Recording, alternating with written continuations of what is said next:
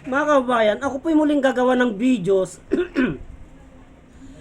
tungkol sa sakit na yung mahinang katawan, yung kulang sa vitamins, yung mananggagaling sa binat pasma, yung nagpaparecover mga kababayan. Ito po ay isang uri ng vitamins na malalakas. Nang gamit-gamit ko po mga kababayan ay malunggay. Malunggay, talbos ng kamote, at itlog. Naipalabas ko na noon ito mga kaubayan, kaya lang ulitin ko ulit. At wag sana ninyong kalimutan mga kaubayan na pakipalo ang aking Facebook page, Juanito Valera 367, ang aking Facebook account, Juanito Valera, at ang aking YouTube channel, Juanito Valera at 367 mga kaubayan. Ang proseso ng paggawa nito mga kaubayan ay pagsamasamahin po ito. Pagsamasamahin ito, yung ganito karaming tangkay ng malunggay, at ganito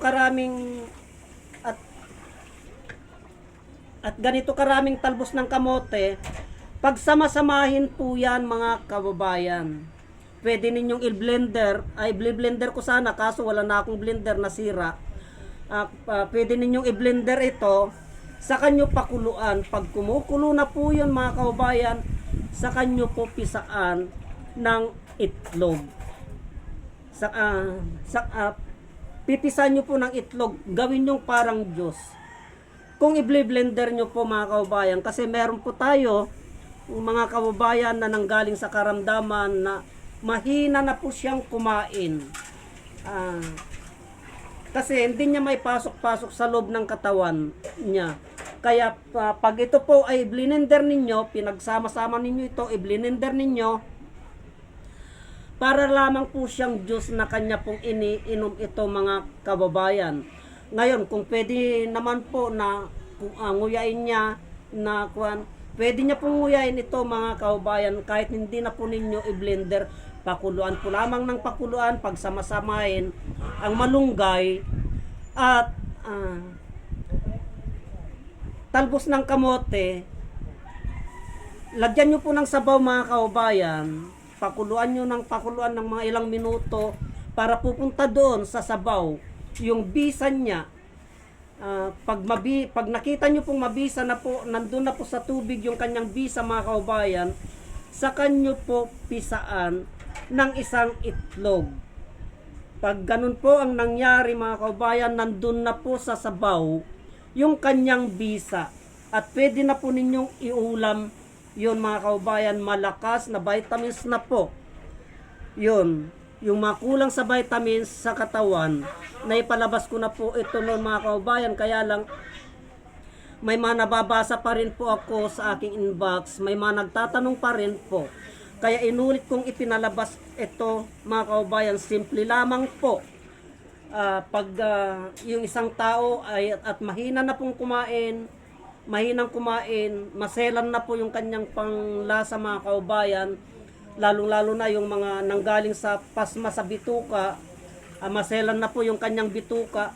Sa pamamagitan po nito mga kababayan, ay makakatulong sa kanya. Wala pong selan-silan yan, kasi pwede ninyong i-blender kung may blender kayo. Ngayon, pag wala naman po kayong mga blender mga kababayan, ay pwede naman po ninyong pakuluan ng pakuluan para yung katas niya, yung sabaw niya, yung bisa niya, pupunta po sa tubig.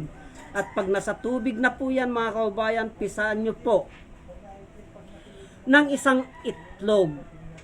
Ganyan po mga kababayan. Pag anemic na po siya, sa loob ng 1 linggo, ninyong gagawin yon araw-araw mga kababayan, ay sisiguraduhin ko na hindi na po siya anemic. Maganda na po ang kanyang kalagayan, kasi kadalasan sa mga ginaganyan namin ay sa 3 araw po lamang mga kababayan ay nakikita na po namin yung ganda ng resulta. Yung ganda ng resulta sa pamamagitan ng pagpapakain namin ng ganito, pagpapainom namin ng ganito mga kababayan. Kaya wag po nating baliwalain itong malunggay.